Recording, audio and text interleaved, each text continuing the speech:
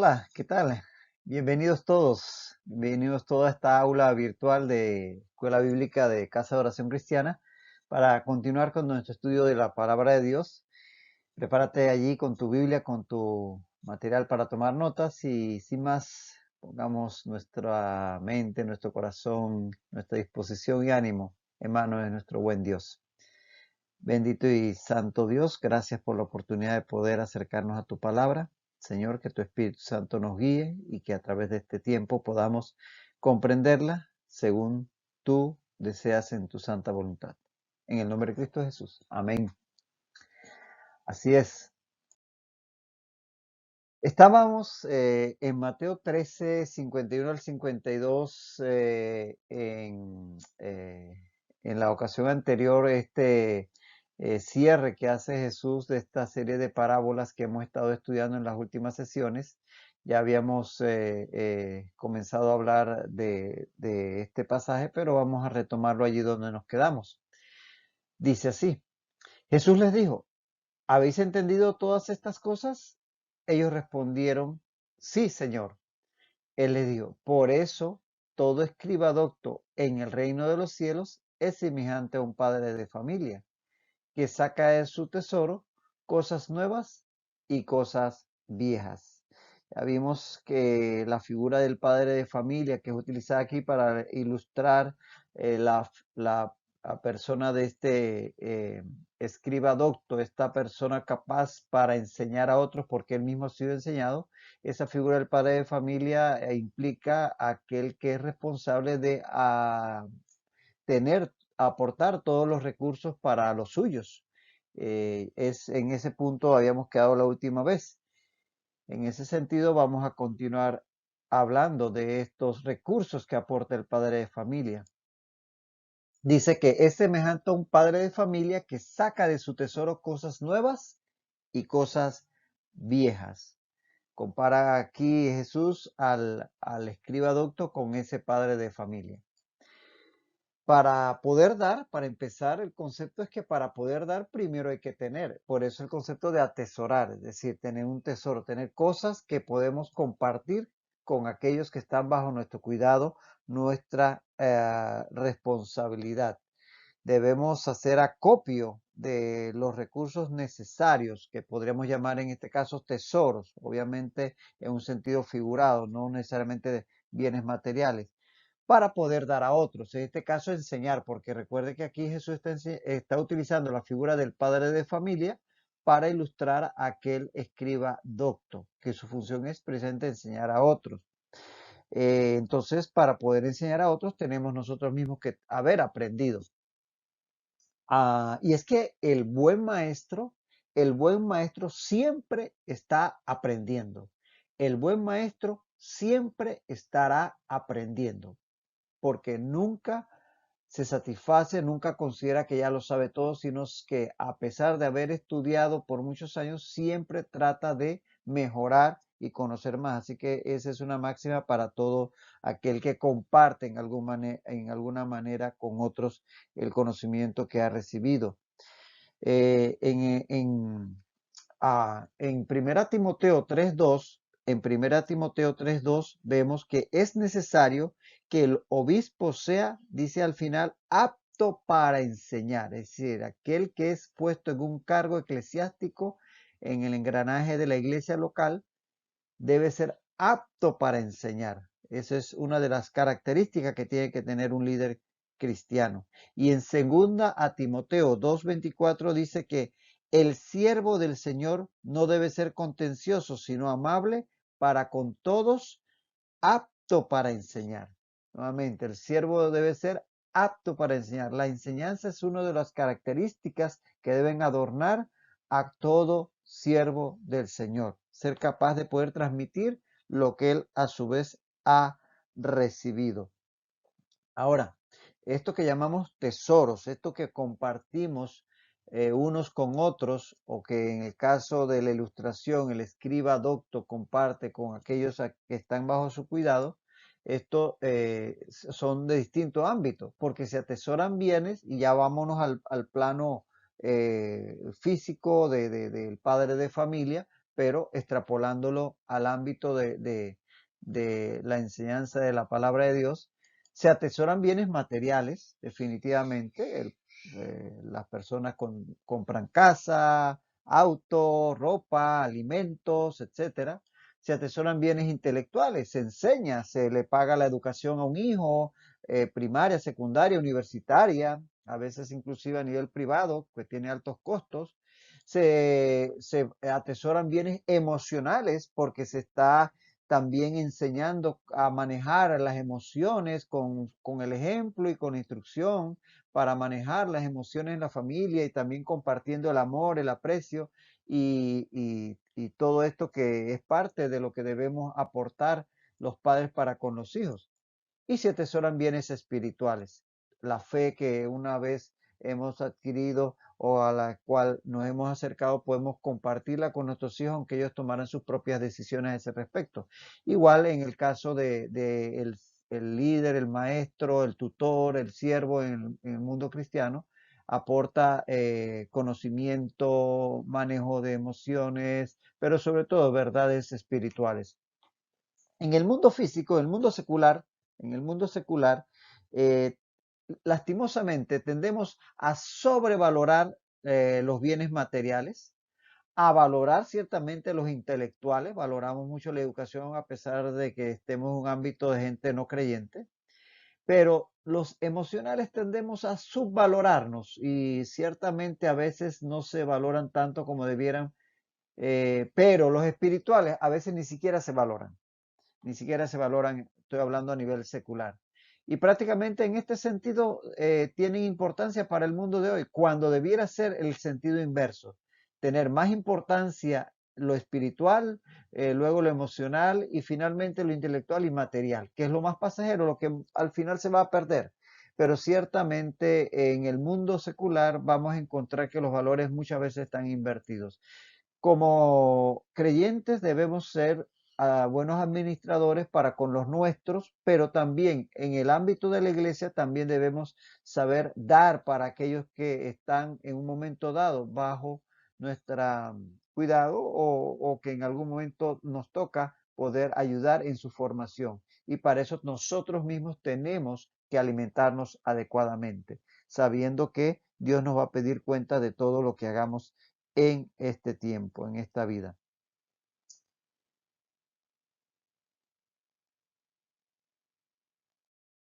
Y dice en ese sentido que el padre de familia saca de su tesoro cosas nuevas y cosas viejas. Fíjate, aquí habla de cosas nuevas y cosas viejas. Hay que sacar de ambas, pero en el caso de los rabinos y los escribas y todos estos que contradecían a Jesús, sus enseñanzas generalmente se enfocaban solamente en repetir lo que otros habían dicho anteriormente. Es decir, repetían las enseñanzas de los antiguos rabinos y básicamente era, tienen que hacer esto porque así lo dijo fulano de tal. Esto es la interpretación de tal. Y se iban sencillamente a lo que ya se había dicho sin darle una explicación, una aplicación a la actualidad en que se estaba viviendo. Sin embargo, por otro lado, en el mundo griego, que estaba muy cercano al ámbito judío, los griegos, sobre todo en el ámbito filosófico, se interesaban constantemente en buscar algo nuevo. Y tanto así que iban dejando atrás lo antiguo e iban buscando cosas nuevas. Dice Hechos 17:21, por ejemplo, cuando está Pablo ahí en Atenas, en Hechos 17:21 dice que todos los atenienses y los extranjeros residentes allí en ninguna otra cosa se interesaban, sino en decir o en oír algo nuevo. Así que esa era la tónica de los griegos. Los judíos, los rabinos, los escribas, enfocados en lo antiguo.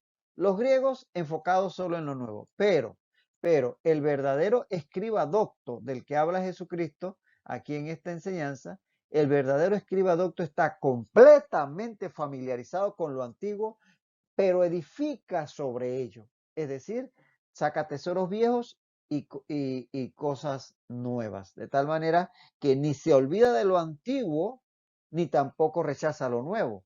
Hace una perfecta amalgama de lo que ya se conoce, de lo que ya está establecido, pero contextualizándolo y trayéndolo al presente. Hay que evitar ambos extremos. Hay que evitar el extremo de quedarnos solo con lo que se dijo en el pasado y utilizando los mismos métodos y que aquí siempre se hizo así.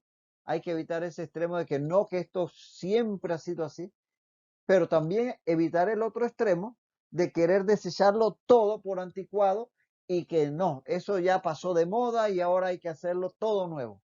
Tampoco es irnos a ese otro extremo. Hay que saber mantener las cosas básicas, los caminos antiguos, las sendas antiguas, como dice la Escritura, tener las cosas que nunca cambian bien establecidas, pero darles ese enfoque contemporáneo, ese enfoque actualizado, fresco, con una dinámica y con metodologías nuevas, claro que sí, pero siempre sabiendo que las verdades eternas no cambian. Entonces, ese equilibrio es importante y es lo que se refiere Jesús con esto de que el escriba docto es como ese padre que saca de ese tesoro, de lo que ha acumulado, en este caso de lo que se ha aprendido, cosas nuevas y cosas viejas.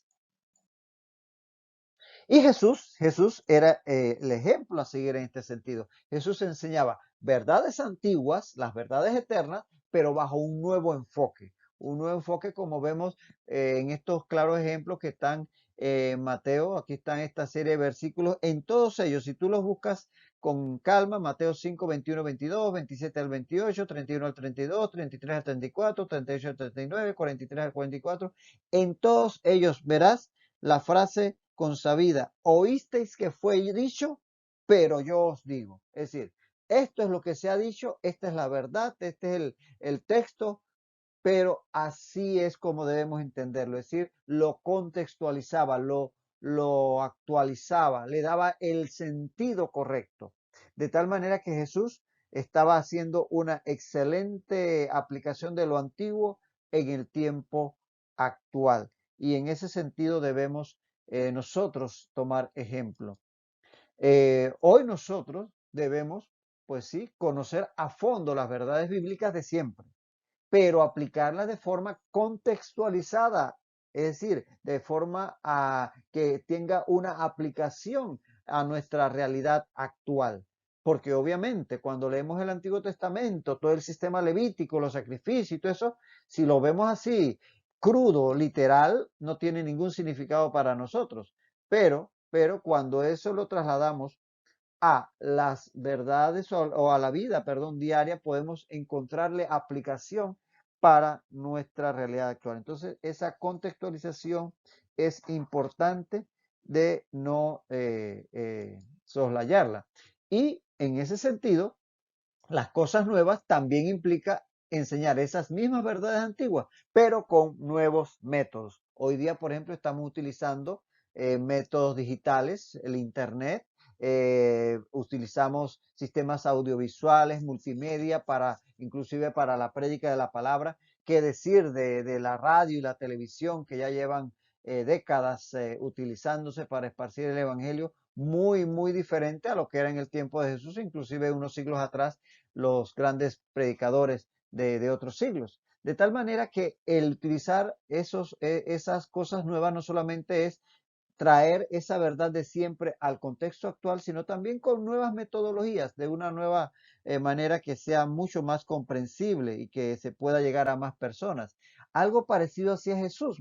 Marcos 1:22 leemos que las personas se admiraban de su doctrina porque les enseñaba como quien tiene autoridad y no como los escribas. Es decir, Jesús utilizaba nuevos métodos, utilizaba las parábolas, tomaba a las personas que estaban a su alrededor y los ponía como modelo para explicar una verdad.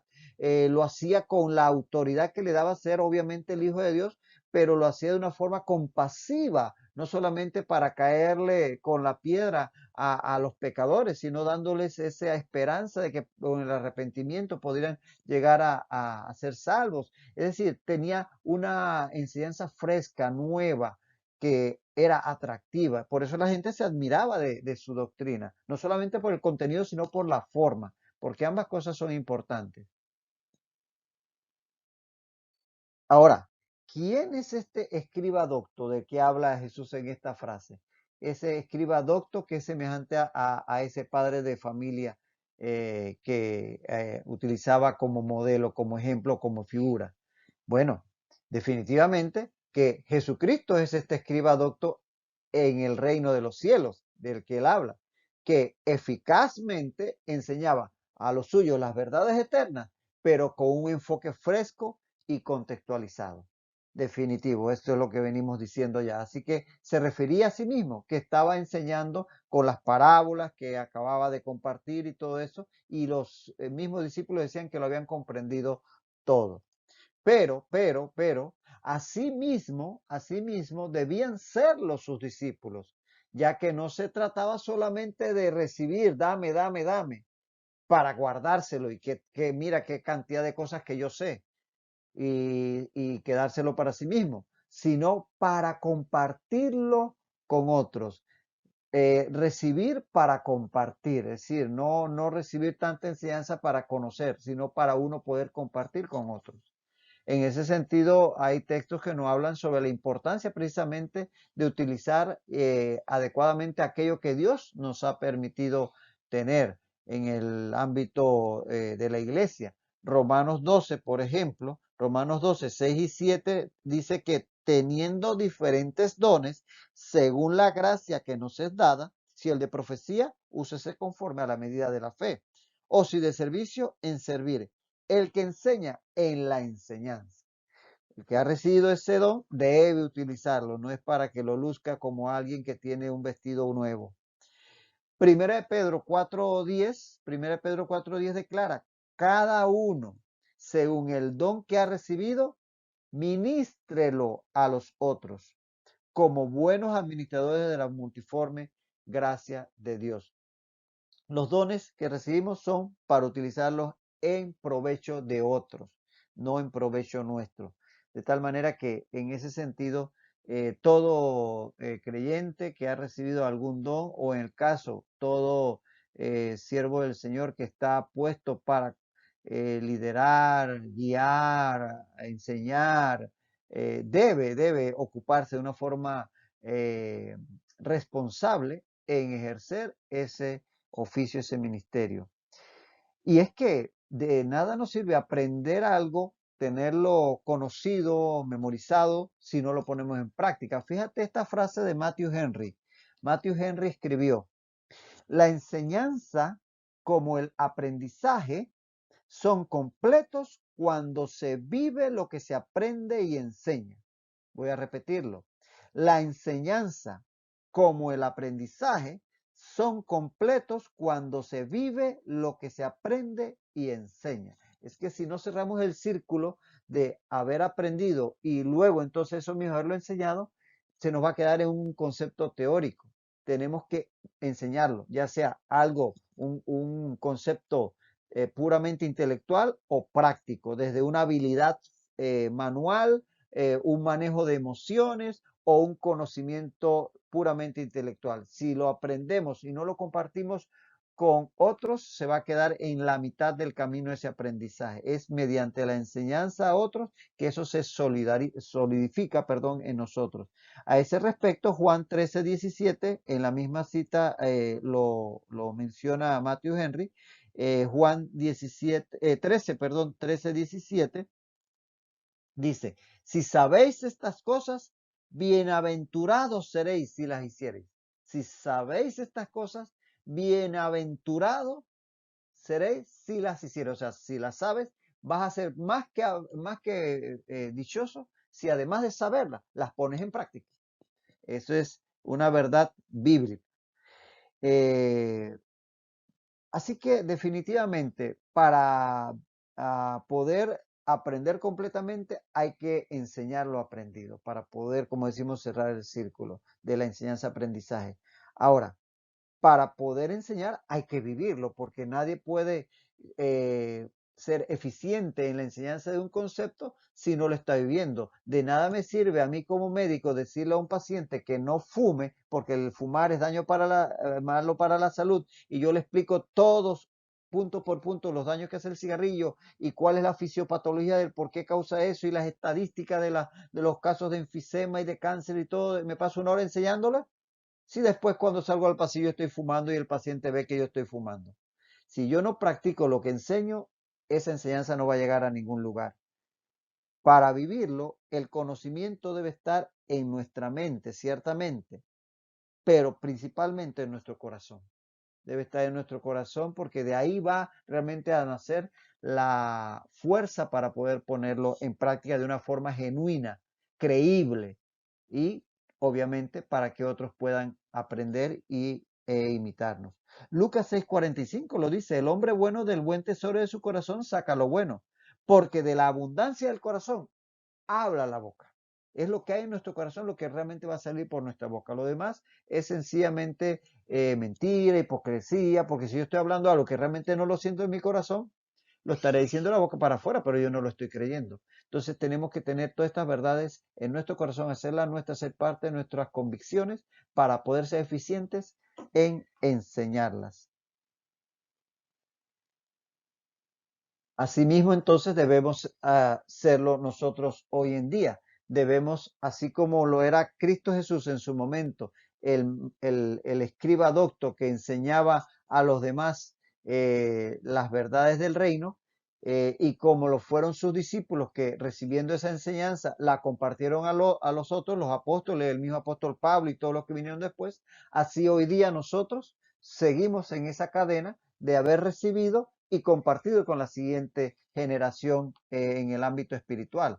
De tal manera que nosotros hoy día ya con otros recursos tecnológicos y demás, con las capacidades de poder tener recursos para estudiar la palabra, con comentarios bíblicos, concordancias, atlas, etcétera, etcétera, etcétera, ya entonces podemos seguir en esa tradición de tomar las verdades antiguas, contextualizarla a nuestro tiempo y presentarla de una forma más dinámica si es posible. De tal manera que aquí hay una herencia espiritual que viene del Señor Jesucristo a sus discípulos y hasta nosotros en nuestros días.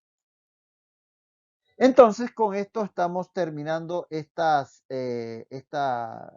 porción de las parábolas y vamos a ver cómo, en resumen, Jesús a través de estas parábolas aplicó esta verdad de tomar verdades antiguas y presentarlas de formas novedosas.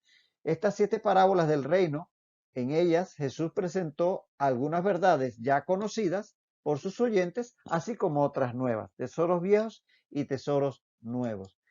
Ellos, por ejemplo, los oyentes sabían acerca del reino. Ahí está en los profetas, sobre todo en Isaías, el reino milenial y todo aquello. Sabían de un reino en el que el Mesías gobernaría.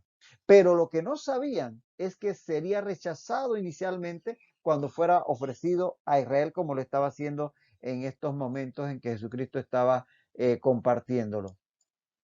Ellos sabían que en el reino habría justicia, pero lo que no sabrían es que habría también maldad, como mostraron las parábolas del trigo y la cizaña y de los peces buenos y los peces malos, la parábola de la red. Así que esa es una verdad que era nueva para ellos. Jesús les reveló una nueva verdad, que el periodo entre el rechazo y su segunda venida se caracterizaría por seguidores profesantes buenos y malos. Nuevamente, la enseñanza esta de la parábola del trigo y la cizaña y de la red. Y ese periodo entre su primera y segunda venida, tendría un pequeño comienzo, pero que crecería hasta ser un gran reino de profesantes. Es decir, que así como lo enseñaba la parábola de la semilla de mostaza o la parábola de la levadura, había un pequeño principio, pero que se iba a extender a lo largo y ancho de todo el mundo conocido. Y esa es la realidad del Evangelio hoy en día, que ha alcanzado prácticamente todos los rincones de la tierra, aunque hay muchos pueblos no alcanzados, pero sí se ha estado predicando prácticamente a lo largo del globo terráqueo. Y esto entonces es ilustrado por esas 2 parábolas que mencionamos. Y una vez que este proceso comenzara, no podía ser detenido. Y dentro del mismo, Dios iba a formar su iglesia mientras guardaba a Israel, hasta el momento en que Israel iba a ser nuevamente levantado como cabeza de naciones, y eso ocurrirá en el reino milenial. Entonces, También vemos que este periodo entre las dos venidas terminaría con un momento de juicio, donde Dios separará malos de los buenos y estos entrarán en el reino para gobernar con Cristo. Eso lo vimos al final tanto de la parábola del trigo y la cizaña como al final de la parábola de la red, los peces buenos y los peces malos. Y finalmente también vemos que el reino de Dios será establecido en la tierra en la segunda venida de Cristo, pero hasta entonces el bien y el mal seguirán coexistiendo en la tierra. Son las verdades enseñadas a lo largo de estas 7 parábolas del reino. Y llegamos así a esta última porción del capítulo 13 de Mateo. Aquí con esto cierra el capítulo y es un texto que sirve prácticamente de transición para con el capítulo 14. Vamos a leerlo y vamos a comenzar a compartirlo. Dice, aconteció que cuando terminó Jesús estas parábolas, se fue de allí y venido a su tierra les enseñaba en la sinagoga de ellos, de tal manera que se maravillaban y decían, ¿de dónde tiene esta sabiduría y estos milagros? ¿No es este el hijo del carpintero? ¿No se llama su madre María y sus hermanos Jacobo, José, Simón y Judas? ¿No están todas sus hermanas con nosotros? ¿De dónde pues tiene todas estas cosas? Y se escandalizaban de él. Pero Jesús les dijo, no hay profeta sin honra, sino en su propia tierra y en su casa. Y no hizo allí muchos milagros a causa de la incredulidad de ellos. Este pasaje, para que lo anotes, es paralelo con Marcos 6, 1 al 6. Marcos 6, 1 al 6 es un pasaje paralelo con este texto de Mateo 13, 53 al 58. Hay otro texto que podrías considerar paralelo, anótalo también, pero te voy a comentar algo al respecto, pero puedes anotarlo, que es Lucas 4, 16 al 30. Lucas 4, 16 al 30. Y es que para algunos, Lucas 4, 16 al 30 tiene suficientes similitudes para considerar que narra la misma visita a Nazaret que vemos aquí en Mateo 13, 53 al 58. Entonces, para muchos estudiosos es un pasaje paralelo, es la misma visita. Pero para otros hay diferencias suficientes entre ambos textos para considerar que se trata de una visita previa que se había desarrollado al inicio del ministerio de Jesús. Entonces, no hay un acuerdo en si de verdad Lucas 4, 16 al 30 es la misma visita a Nazaret de Mateo 13, 53 al 58 y Marcos 6, 1 al 6, o es una visita previa, porque sí hay muchas similitudes, pero también hay algunas diferencias destacadas. Así que te lo dejo para que tú lo examines, saques tus propias conclusiones y puedas evaluarlo. Y básicamente dice que aconteció que cuando terminó Jesús estas parábolas, se fue de allí. ¿De dónde se fue? De Capernaum. Él estaba en Capernaum, todo el capítulo 13 acontece en Capernaum y de allí va a salir en este momento. ¿Y hacia dónde va a ir? Lo dice a continuación, que fue a su tierra, que era Nazaret. Así que se dirigió de Capernaum a Nazaret. Entre Capernaum y Nazaret hay aproximadamente unos 47 kilómetros, más o menos la distancia que hay aquí en Panamá entre el puente Centenario y Capira. Son aproximadamente 47 kilómetros. Obviamente Jesús con sus seguidores los recorrió a pie. Así que son 47 kilómetros, que no es nada despreciable, pero él se dirigió hacia Nazaret en este momento en donde nos ubicamos en el texto. Y bueno, nos vamos a quedar aquí para continuar a partir de este punto en nuestra próxima sesión. Así que para que vayas tomando nota y vayas repasando el texto y ahí nos encontraremos en la próxima sesión. Que el Señor te bendiga ricamente.